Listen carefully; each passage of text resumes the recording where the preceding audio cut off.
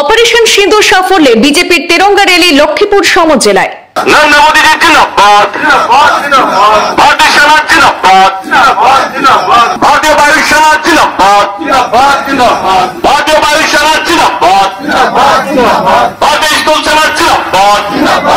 বিশাল তেরঙ্গা র্যালিতে অংশগ্রহণ করলেন মন্ত্রী কৌশিক রায় সহ বিভিন্ন জন।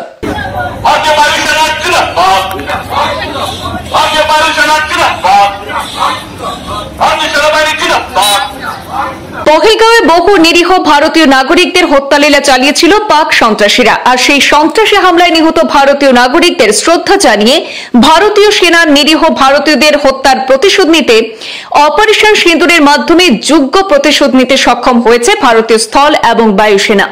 ভারতীয় বায়ুসেনার যুদ্ধ বিমান এবং মিসাইল দিয়ে গুঁড়িয়ে দেওয়া হয়েছে পাকিস্তানের সন্ত্রাসীদের বহু ঠিকানা। ভারতের এই সফল অপারেশনকে সম্মান জানিয়ে ভারতীয় জনতা পার্টি তিরঙ্গা র্যালির মাধ্যমে সম্মান প্রদর্শন করলেন ভারতীয় স্থল ও বায়ুসেনার প্রতিজনকে। ভারতীয় জনতা পার্টির এই তিরঙ্গা র্যালিটি আজ কাছাড় জেলার লক্ষ্মীপুর সমজেলা আয়ুক্ত কার্যালয় থেকে আরম্ভ করে ফুলের তোল চৌমাথা হয়ে লক্ষ্মীপুর শহরের মধ্য দিয়ে অতিক্রম করে লক্ষ্মীপুর জেলা হাসপাতালের কার্যালয়ের সম্মুখে গিয়ে তিরঙ্গা র্যালিটি সমাপ্ত হয়। এই তিরঙ্গা র্যালি চলাকালীন সময় ভারত মাতা কি জয়, ইন্ডিয়ান আর্মি জিন্দাবাদ, নরেন্দ্র মোদী জিন্দাবাদ স্লোগানে আকাশ বাতাস কাঁপিয়ে তোলেন ভারতীয় জনতা পার্টির কর্মী সহ অন্যান্য দল সংগঠনের সদস্যরা।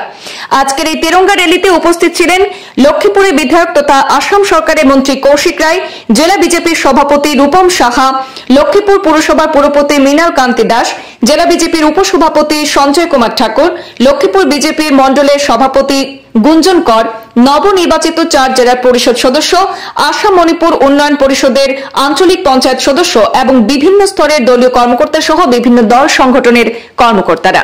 গত 22 তারিখে আগে আমাদের যখন পেহেলগামে হত্যাকাণ্ড হয়েছে, এই হত্যাকাণ্ড আমাদের ভারতীয় মনে একটা আশা ছিল যে সরকারের প্রতি চাপ ছিল যে সরকার একটা কিছু করে। তো সেই আশায় জন্য আমাদের প্রধানমন্ত্রী ভারতবর্ষের মানুষের কথা শুনে যেভাবে আমরা দেখেছি পাকিস্তানের উপরে যেভাবে দুষ্কৃতকারীদের উপরে ভারতীয় সেনারা যেভাবে আক্রমণ করেছেন এবং পাকিস্তানের এই 4 দিন ওনারা যুদ্ধ করতে পারেনি।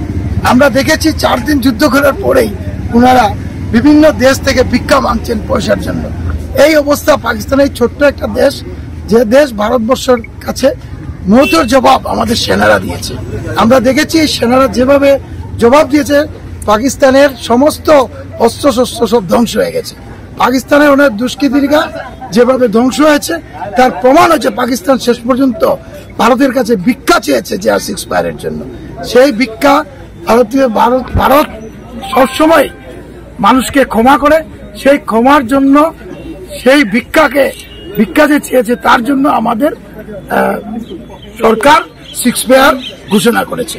তো এই 6 ফায়ারের জন্য আমাদের সরকার এখনো আমরা শক্তিশালী ভাবে যেভাবে পাকিস্তানের সঙ্গে লড়েছে, আগামী দিনেও লড়বে এবং পাকিস্তান কোনো অবস্থায় ভারতকে কিছু করতে পারবে না, কোনোদিনও করেননি, আগামী দিনেও কিছু করতে পারবে না। এটার জবাব আমাদের সেনারা দিয়েছেন। এখানে সেনা বাহিনীকে জিন্দাবাদ, আমাদের প্রধানমন্ত্রী মাননীয় মোদীজিকে জিন্দাবাদ, আমাদের বায়ুসেনা স্থল সেনা থেকে শুরু করে যারা সবাই এই যুদ্ধে জয়ী হয়েছে, তার জন্য ভারতবাসীর মনের যে আশা, সেই আশা পূরণ হয়েছে। তার জন্য আমাদের প্রধানমন্ত্রীকে ধন্যবাদ জানিয়ে আমার সংক্ষিপ্ত কথা।